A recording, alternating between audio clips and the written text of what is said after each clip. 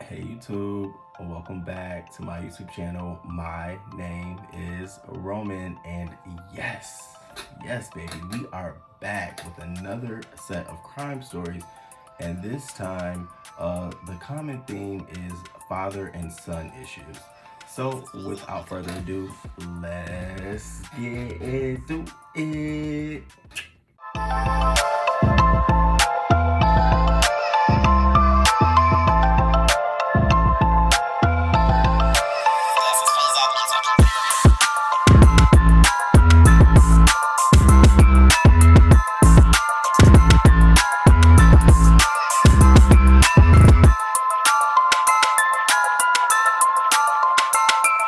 So in this first story, we have a Abdullah, 47, of Robbinsdale, Minnesota. He is facing 2 counts of intentional second-degree murder in connection with the deaths of his 55-year-old sister, Crystal Abdullah, and 74-year-old father, Marchon Abdullah. And each charge carries a maximum sentence of 40 years. So let's get into this. A little backstory about this situation. Earlier this year, his sister and father were tenants of the son, Iban, who owned a duplex. And so I guess he stayed on the first floor, and I meant the second floor, and they stayed down on the first floor. So earlier this year, Crystal alleged to Iban that, our toilet isn't working, the hot water heater isn't working, we don't have carbon monoxide detectors or smoke detectors in our unit. Can you do something about it? And he never did anything about it. So on February 5th, Crystal had her lawyer send him a letter stating that the feces were overflowing in the apartment, that the toilet hadn't been working for 8 weeks, and that he purchased a new hot water heater in July 2020, but he didn't install it.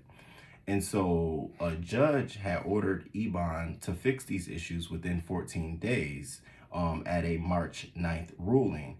And on March 18th, they were still unresolved. He didn't do anything. And so the judge then ordered him within 24 hours, he needed to have the hot water heater fixed, the toilet fixed, and a cleaning service to come clean up whatever spillage or sewage had came up out of the toilet. And he was holding their $1,200 in rent.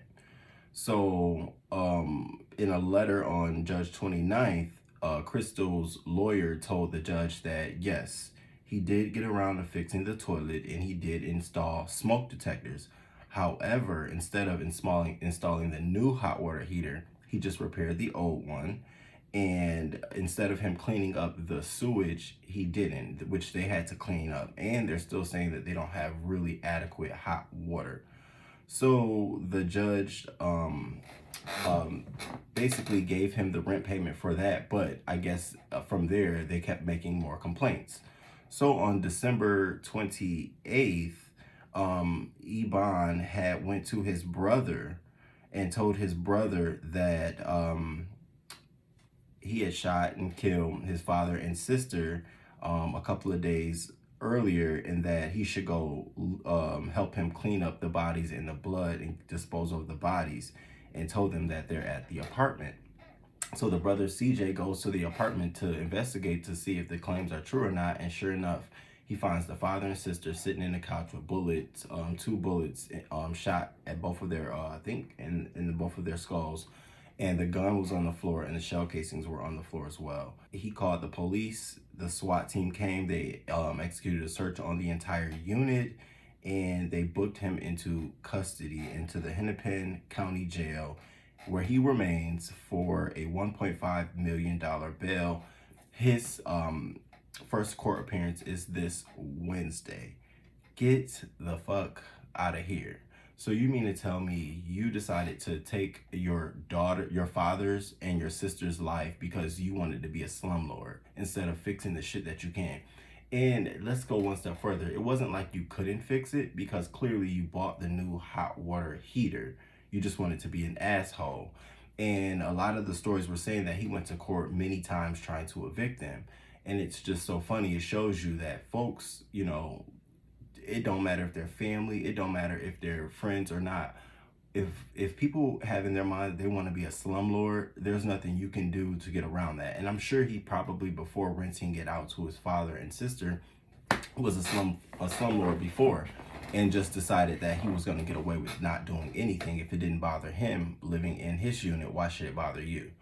So, you know, the whole idea that to resolve this issue, instead of just simply fixing it, was to kill them, leads me to believe that they had a lot more issues. I think the sister and the brother probably had a lot of issues, and I don't know if I don't know if their issues stem from the fact that she completely didn't want to pay him rent in a unit that was in a property that was his, or if she was in a battle to take over the property. Like, you don't know what kind of backstories there are just to simply take their lives like this. So now the father's dead, the sister's dead, the brother went over to check. Now the brother's in jail. So the one person remaining, CJ, has no one.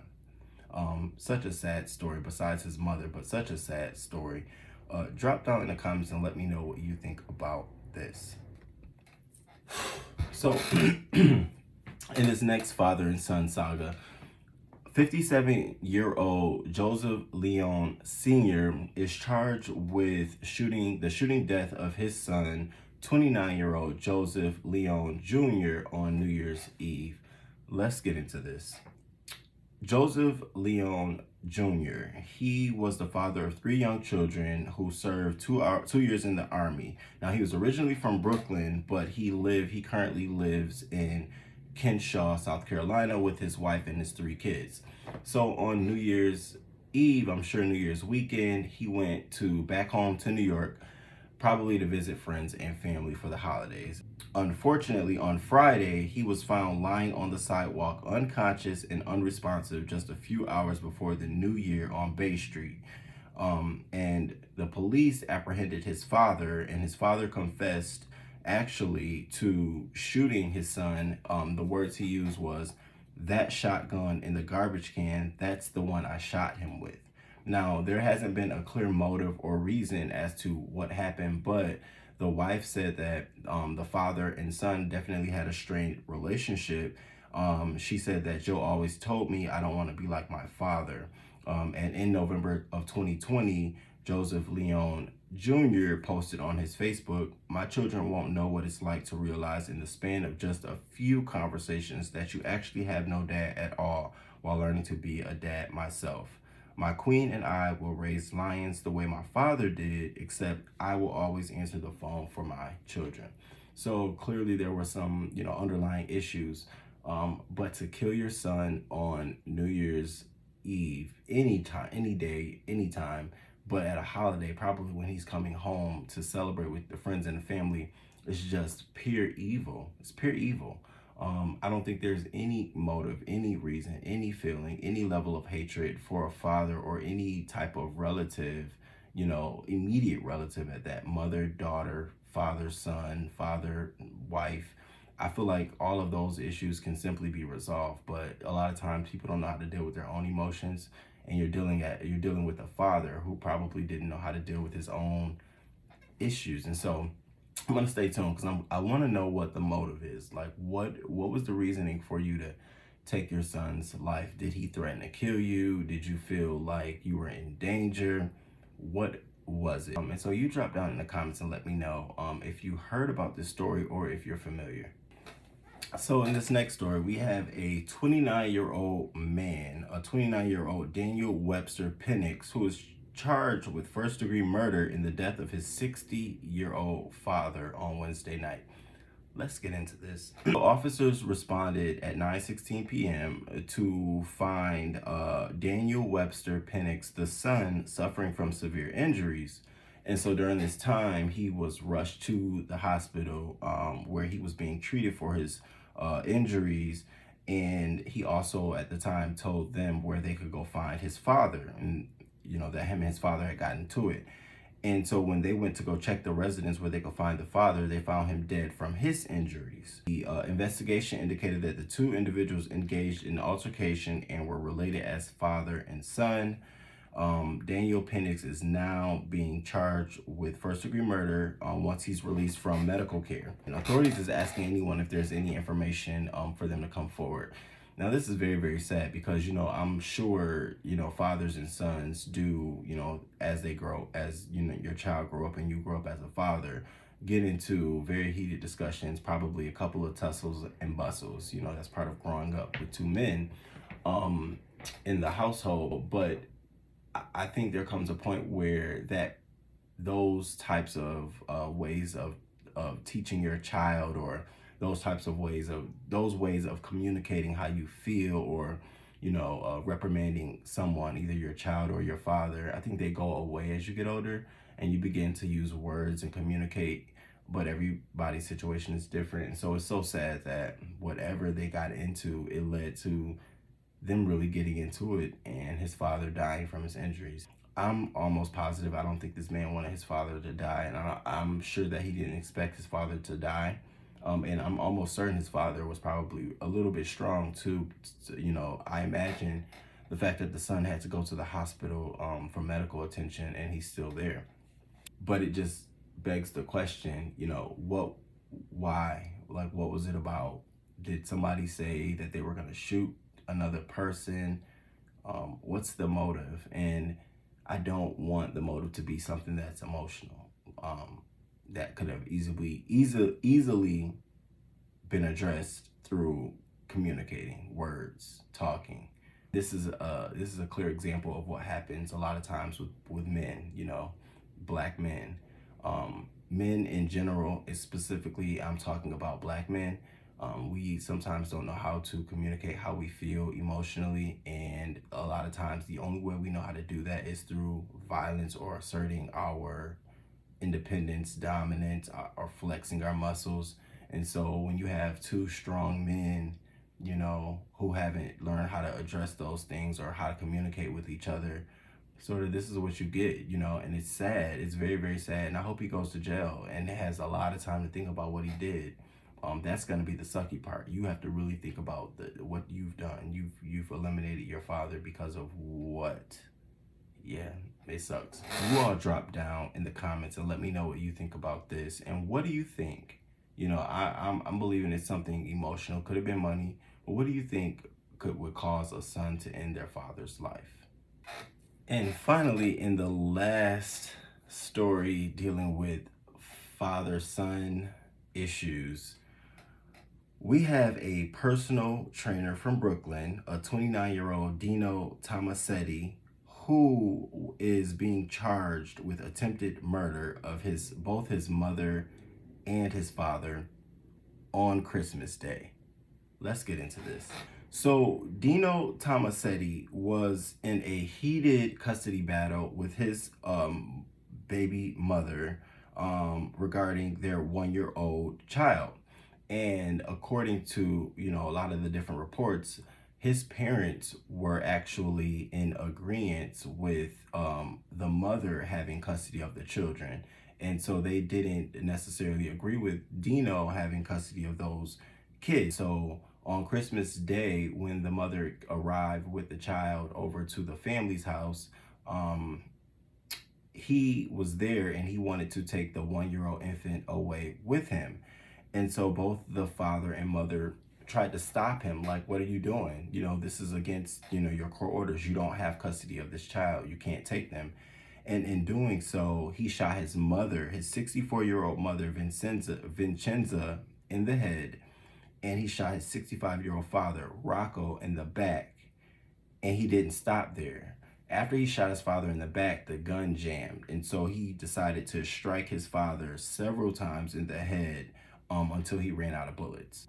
So after the shooting, Tomasetti fled across state lines into Maha, New Jersey, and he was held there until he was extradited back to Long Island to face a felony warrant on attempted murder and the shooting in Nassau County.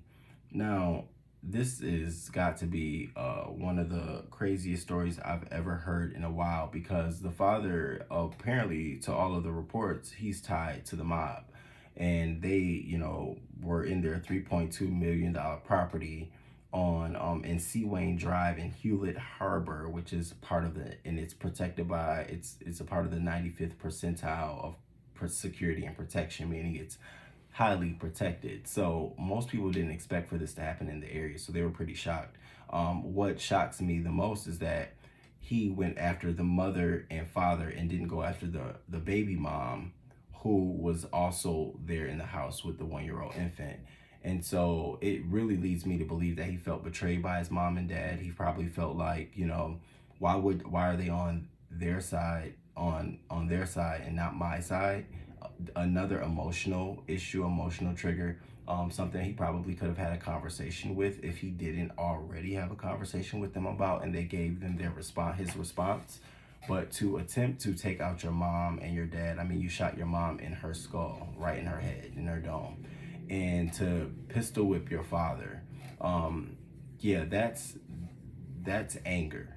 Someone shoots a person, they're trying to, kill them, take them out, but you really try to cause harm to your father. So I really think that you need life in jail, because you're not a father to your child. You couldn't, after this, there's nothing you could do that could resolve or cause some sort of remedy to what has been done.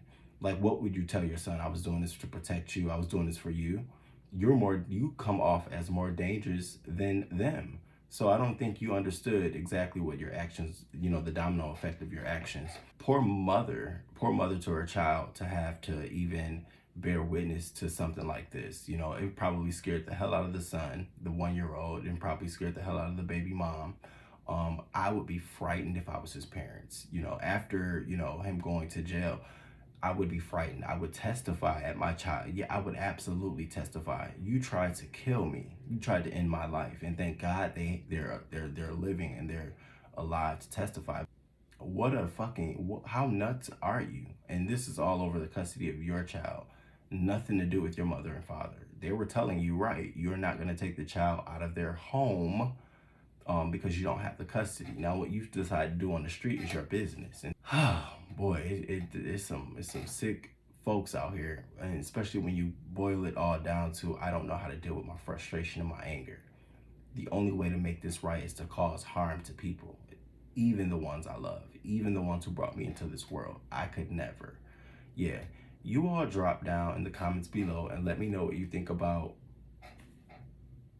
the shooting, the attempted murder of his parents, because the judge's order states that he has no custody.